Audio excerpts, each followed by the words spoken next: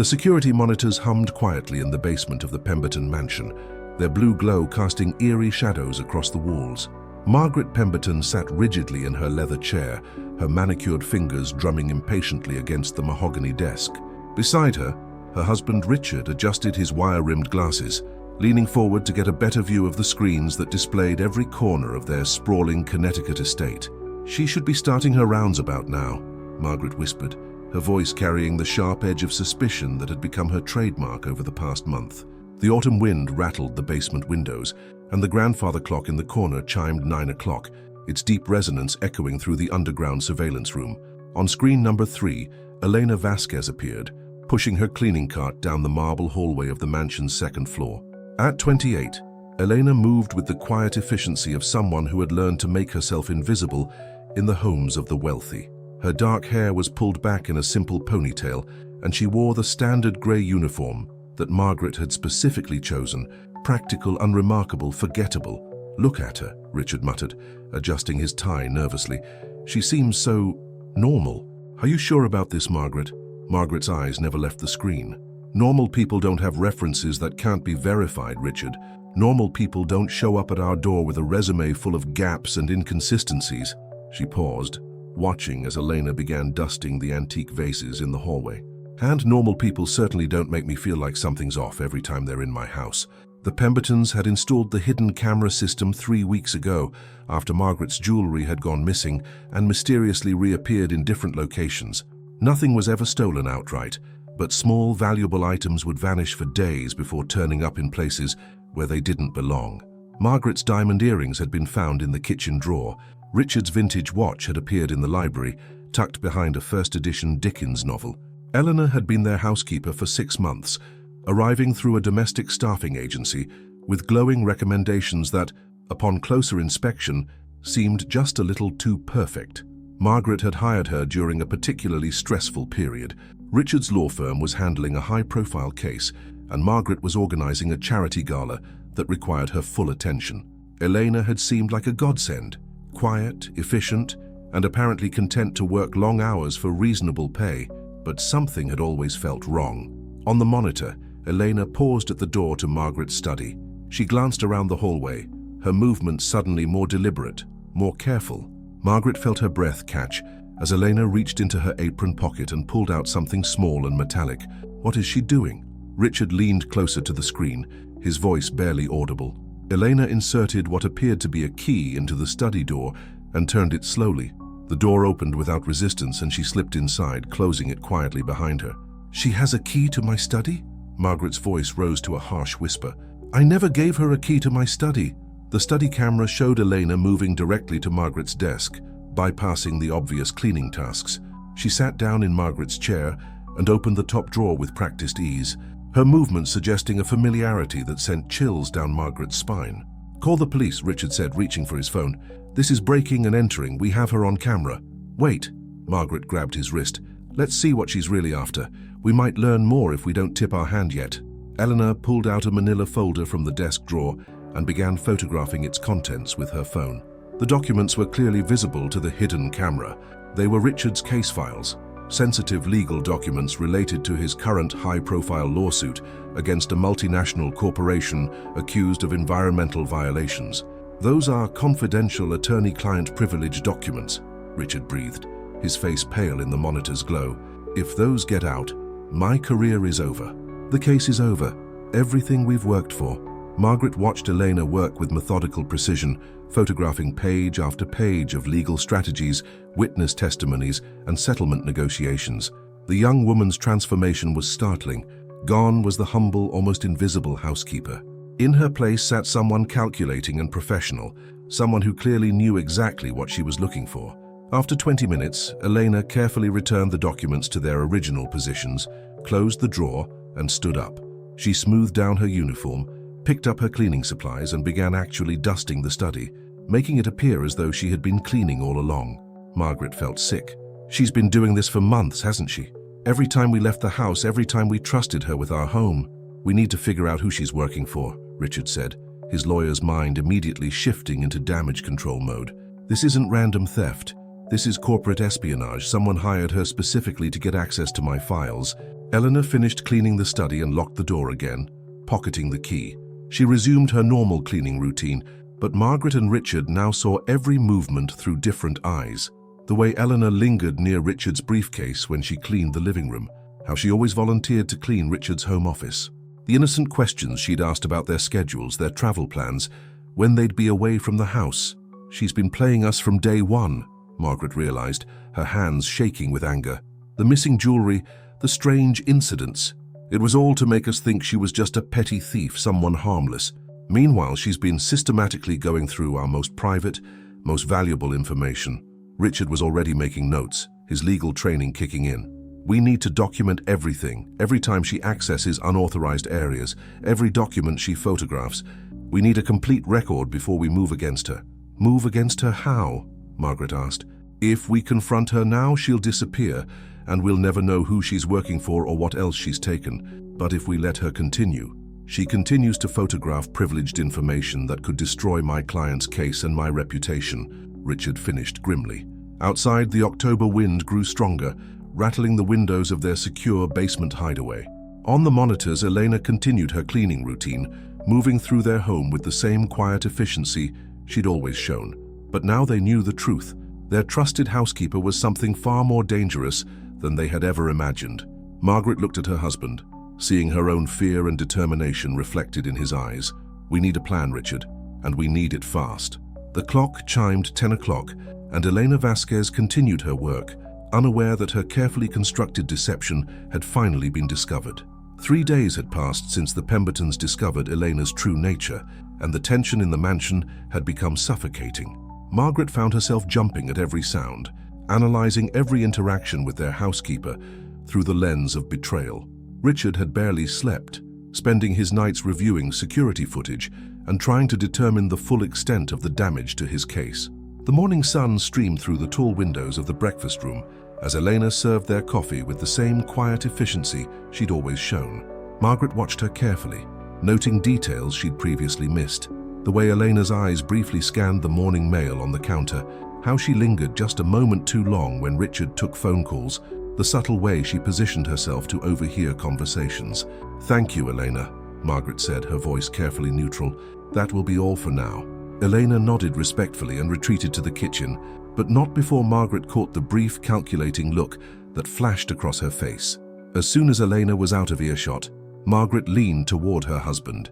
"She knows something's changed," Margaret whispered urgently. "She's more careful now, more alert. We need to act soon." Richard nodded grimly, stirring his coffee with mechanical precision. "I've been thinking about this all night. We can't just call the police. She hasn't technically stolen anything we can prove. And if she's working for my client's opposition, exposing her could make things worse for the case. So what do you suggest?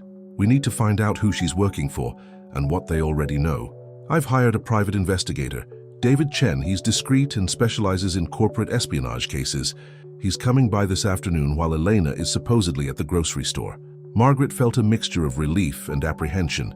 What if she's not actually going to the grocery store? What if that's just another lie? "Then we'll find out," Richard said firmly.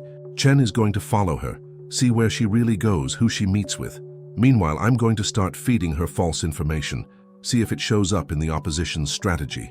At 2 o'clock, Elena announced she was leaving for her weekly grocery run, just as she had every Wednesday for the past 6 months. Margaret and Richard waited exactly 15 minutes before David Chen arrived at their front door. He was a compact man in his 40s, with sharp, intelligent eyes and the unremarkable appearance that made him perfect for surveillance work. "Show me what you've got," Chen said without preamble, following them down to the basement surveillance room. Richard had prepared a comprehensive presentation, screenshots of Elena accessing restricted areas, timestamps of her photographing documents, and a detailed timeline of suspicious activities. Chen studied everything with professional detachment, occasionally asking pointed questions about Elena's behavior patterns and access to information. "This is definitely professional work," Chen concluded after reviewing the evidence. "She's been trained in surveillance detection, document photography, and social engineering. This isn't some desperate housekeeper trying to make extra money. This is a skilled operative." "Can you find out who she's working for?" Margaret asked. "I'm already working on it. I ran her background while driving over here. Elena Vasquez doesn't exist before 18 months ago. No birth certificate, no school records, no employment history beyond what she provided you. Her entire identity is fabricated. Richard felt his stomach drop. So we don't even know her real name? Probably not, but everyone makes mistakes, and she's been operating in your home for 6 months. That's a long time to maintain a false identity without slipping up somewhere. Chen pulled out a tablet and showed them a tracking map. I've placed a GPS tracker on her car, assuming she actually took it to the grocery store. If she didn't, we'll know exactly where she went instead. The red dot on Chen's screen was moving through downtown Greenwich, but instead of heading toward the grocery store, it was moving in the opposite direction, toward the train station. She's not shopping, Margaret said, her voice tight with vindication and fear. She's meeting someone. Chen was already grabbing his jacket. I'm going to follow her. In the meantime, I need you both to act completely normal. Don't change your routines, don't let her know you suspect anything. Can you do that? We've been doing it for 3 days, Richard replied grimly. We can manage a little longer. After Chen left, Margaret and Richard returned to the surveillance room, watching their empty house on the monitors. The silence felt oppressive, filled with the weight of deception and betrayal that had invaded their sanctuary. I keep thinking about all the times she was here when we weren't, Margaret said quietly. All the dinner parties where she served our guests, all the nights she stayed late to help with events. She was probably reporting everything. Who visited us, what they discussed, what documents were left out. Richard was reviewing his case files with fresh eyes, trying to identify what information Elena might have accessed over the past 6 months. The environmental lawsuit started 8 months ago, but the really sensitive documents, the ones that could make or break the case, those only came into my possession about 6 months ago, right around when Elena was hired. Exactly, which means someone knew I was getting those documents before I did. Someone with access to information from inside the legal system or the corporation we're suing. Margaret felt a chill that had nothing to do with the basement's temperature. Richard, what if this goes deeper than just Elena? What if someone in your firm is involved? What if... Richard's phone buzzed with a text from Chen. Target meeting with unknown male, business attire, expensive car. Getting photos, stay put. They waited in tense silence for nearly 2 hours before Chen returned, his expression grave. He placed a series of photographs on the desk, long-distance shots of Elena meeting with a well-dressed man outside an upscale restaurant in Stamford. I couldn't get close enough to hear their conversation without being spotted, but body language suggests this was a business meeting, not personal. She handed him what appeared to be a flash drive, and he gave her an envelope, probably money. Richard studied the photos closely. I don't recognize him, but that doesn't mean much. Corporate lawyers often hire intermediaries for sensitive work. There's more, Chen continued. After their meeting, she didn't go to the grocery store. She went to a storage unit facility in Norwalk, spent about 30 minutes inside, then actually went grocery shopping, probably to establish her alibi in case you checked receipts. Margaret felt sick. A storage unit? What could she be keeping there? Documents, equipment? Probably a complete intelligence file on your family and Richard's cases. This is a full-scale operation, not a simple information grab. Richard stood up abruptly, pacing the small room. We need to end this now, tonight, before she can pass along whatever she learned today. Chen shook his head. If you move too fast, you'll spook whoever's behind this and they'll just send someone else. But I have a better idea. We're going to turn the tables on them. Chen's plan was elegant in its simplicity and terrifying in its implications. As he outlined his strategy in the Pemberton's basement, Margaret felt her world shifting on its axis. Everything she had believed about their safe, privileged life was crumbling around the edges. We're going to feed Elena false information, Chen explained, spreading documents across the desk. But not just any false information. We're going to create a fake legal strategy that's so compelling, so potentially damaging to the corporation, that whoever she's working for will have to act on it immediately. Richard studied the fabricated documents Chen had prepared with disturbing professional expertise. These look incredibly authentic. How did you... 20 years in corporate security teaches you how to forge the documents you're trained to detect, Chen said grimly. The key is making the information valuable enough that they can't ignore it, but false enough that when they act on it, they expose themselves completely. The fake documents suggested that Richard had discovered evidence of a cover-up involving toxic waste disposal that went far beyond what the corporation was currently being sued for. According to Chen's fabrication, Richard had uncovered internal emails proving that the company's board of directors had knowingly approved illegal dumping that had contaminated groundwater in 3 different states. If Elena photographs these and passes them along, whoever she's working for will assume you're about to expand the lawsuit dramatically, Chen continued. They'll have to take immediate action to either discredit you or suppress the information. That's when they'll make mistakes. Margaret felt her hands trembling as she handled the fake documents. But what if they don't just try to discredit Richard? What if they try to hurt us? That's a risk, Chen admitted. But it's a risk you're already facing. Right now they have the advantage. They know everything about you, and you know almost nothing about them. This levels the playing field. The plan required precise timing. Eleanor typically cleaned Richard's study on Thursday afternoons, and she had established a pattern of spending extra time there when important documents were visible. Chen had installed additional micro cameras in the study, positioned to capture not just Elena's activities, but also to record exactly which documents she photographed. Thursday morning arrived grey and drizzly, typical October weather in Connecticut that matched Margaret's mood perfectly. She found herself unable to eat breakfast, pushing eggs around her plate, while watching Elena move through her morning routine with the same deceptive normalcy that had fooled them for months. "Are you feeling all right, Mrs. Pemberton?" Eleanor asked, her voice carrying what sounded like genuine concern. "You seem tired lately." Margaret looked up sharply, studying Elena's face for signs of deception or mockery, but found only what appeared to be sincere worry. The cognitive dissonance was overwhelming. How could someone who was systematically betraying them seem so genuinely caring? "Just some trouble sleeping," Margaret replied, forcing a smile. "Too much coffee, probably." Eleanor nodded sympathetically and began clearing the breakfast dishes. "Perhaps some chamomile tea before bed. I could pick some up for you when I go shopping later." The casual offer of kindness from someone who was spying on them felt like a knife twist. Margaret excused herself and retreated to the basement, where Chen was monitoring the surveillance equipment with professional focus. "She's good," Chen observed, watching Elena on the monitors. "Really good. If I hadn't seen the evidence myself, I'd believe she was exactly what she claims to be." At precisely 2:30, Elena entered Richard's study with her cleaning supplies. The hidden cameras captured every movement as she began her routine, dusting shelves, organizing papers, emptying the wastebasket. But then, exactly as Chen had predicted, she noticed the folder of fabricated documents that Richard had strategically left partially visible on his desk. Elena's transformation was immediate and chilling. The concerned housekeeper vanished, replaced by the calculating operative they had glimpsed before. She glanced toward the door, listening for sounds of movement in the house, then quickly moved to photograph the documents. "She's taking the bait," Chen murmured, adjusting the camera angles to ensure they captured every page she photographed. "This is better than we hoped. She's not just scanning the documents, she's reading them carefully. That means she understands their significance." Margaret watched Elena work with professional efficiency, photographing each page of the fabricated evidence. The young woman's face showed no emotion, no sign of the moral conflict that Margaret desperately wanted to see. How could someone betray a family that had welcomed her into their home with such complete detachment? After 25 minutes, Elena carefully returned the documents to their original position and resumed her cleaning routine. But Chen had captured everything, not just her espionage activities, but also clear images of her face and her methodical approach to intelligence gathering.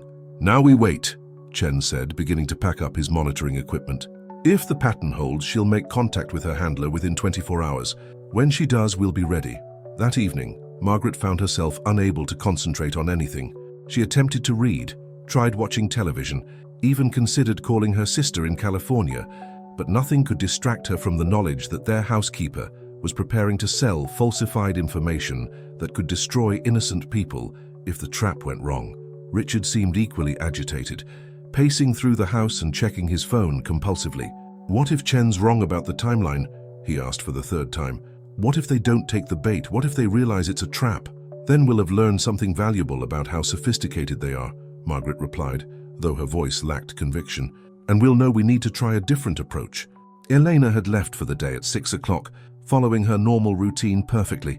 She had wished them both a pleasant evening, reminded Margaret about the chamomile tea, and even mentioned that she would be slightly late tomorrow due to a dental appointment. Every interaction had seemed completely natural, completely innocent. But Chen's GPS tracker showed Elena's car moving toward Stamford again, toward another meeting with her mysterious contact. Margaret's phone buzzed with a text from Chen. Target en route to meeting location. Multiple vehicles converging on area. This is bigger than we thought. Stay inside. Do not answer door for anyone except me. Richard moved to the window, peering through the curtains at their quiet street. Everything looked normal.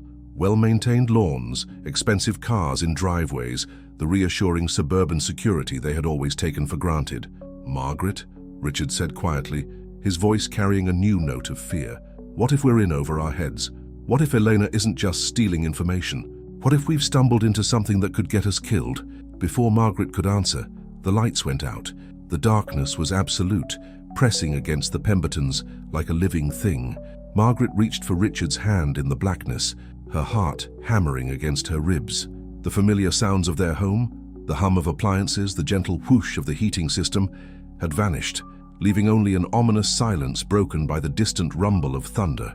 The backup generator should have kicked in by now, Richard whispered, his voice barely audible. Someone cut our power deliberately. Margaret's phone buzzed with an incoming call. Chen's name appeared on the screen, the blue glow providing the only light in their world of shadows. Don't talk. Chen's voice was urgent, barely controlled. Just listen. Elena isn't who we thought she was. She's not working for the corporation you're suing. She's working for the FBI. This whole thing is a federal investigation into corporate corruption, and you've just compromised an undercover operation that's been 18 months in the making. Margaret felt the floor seem to shift beneath her feet. What are you saying? Elena Vasquez is Special Agent Sarah Chen, no relation to me despite the name. She's been investigating a network of corporate lawyers who've been selling sensitive case information to the highest bidder. Richard, your law firm has been under federal surveillance for months. Richard's sharp intake of breath was audible in the darkness. That's impossible. I would have known. Would you? Chen's voice cut through Richard's protest. When was the last time you personally verified the background of everyone in your firm? When did you last check whether your partners were taking on clients they shouldn't be representing? The implications crashed over Margaret like a wave. You're saying someone in Richard's firm has been selling information, and Elena was placed in our home to investigate? Exactly. And the fake documents we fed her tonight. They're about to blow a federal investigation that could bring down a corruption network spanning 3 states. The power outage isn't an attack on you, it's the FBI moving to protect their operation and possibly to protect you from whoever Elena's investigation was really targeting. As if summoned by Chen's words, the sound of vehicles arrived outside their home. Through the darkness, Margaret could see the sweep of headlights across their windows, followed by the distinctive red and blue flash of law enforcement vehicles. Stay where you are, Chen commanded. Federal agents are surrounding your house right now. Helena, Agent Chen is trying to minimize the damage you've caused, but there are people who would kill to stop this investigation from going forward. The front door opened, and Margaret heard Elena's familiar voice calling out, Mr. and Mrs. Pemberton, it's Elena. I'm coming in with some friends who need to speak with you. Flashlight beams preceded Elena into the living room, where Margaret and Richard huddled together on their couch. But the woman who entered was not the humble housekeeper they thought they knew. She moved with authority, flanked by 2 serious-looking individuals in FBI windbreakers. I'm sorry for the deception, Elena, Agent Sarah Chen said, her voice carrying a professional gravity they had never heard before. But I need you to understand that your lives may be in danger because of what happened tonight. Margaret stared at the woman who had served her coffee that morning, who had worried about her sleep troubles, who had offered to buy chamomile tea. How much of it was real, any of it? Agent Chen's expression softened slightly. More than you might think. I've been in your home for 6 months, Mrs. Pemberton. I've seen how you treat people, how you care for each other. That part wasn't an act. I genuinely came to respect your family. Richard found his voice, though it sounded strained. What exactly are you investigating? What does this have to do with my environmental case? Your environmental case was being sabotaged from within your own firm, Agent Chen explained. Someone was feeding information to Meridian Corporation's legal team, not just about your strategy, but about your key witnesses, your evidence, even your personal vulnerabilities. We needed to understand how the information was flowing and who was responsible. And you suspected me. Richard's voice carried hurt and indignation. Initially, yes. The timing of the information leaks corresponded with your access to sensitive documents. But after months of observation, it became clear that you were as much a victim as your clients. Someone else in your firm was the source. Agent Chen gestured to one of her colleagues, who produced a tablet displaying surveillance photos. Your law partner, James Morrison, has been selling case information to corporate defendants for 3 years. He's made over $2 million, betraying his clients' interests. Margaret felt sick. James Morrison had been a guest in their home dozens of times. His wife played tennis with Margaret twice a week. Their children went to the same private school. The fake documents you fed me tonight were actually perfect, Agent Chen continued, with what might have been admiration. They were so convincing that Morrison took them straight to Meridian Corporation's executives. We have him on camera selling fabricated evidence to obstruct a federal environmental prosecution. He's going to prison for a very long time. Richard slumped back against the couch cushions, the weight of betrayal crushing down on him. James has been my partner for 12 years. We built the firm together. How could I not have seen this? Because he was careful, and because people we trust are often the last ones we suspect of betrayal, Agent Chen said gently. But there's something else you need to know. Meridian Corporation discovered tonight that the information they bought was false. They realize they've been compromised and they know the evidence came from your house. They may try to eliminate what they see as the source of their problems. As if to underscore her point, the sound of breaking glass came from the kitchen, followed by heavy footsteps. Agent Chen immediately drew her weapon, signaling to her colleagues who melted into defensive positions around the room. "Federal agents," a voice called from the kitchen. "Building is secure. 3 subjects in custody." Agent Chen lowered her weapon, relief visible on her face.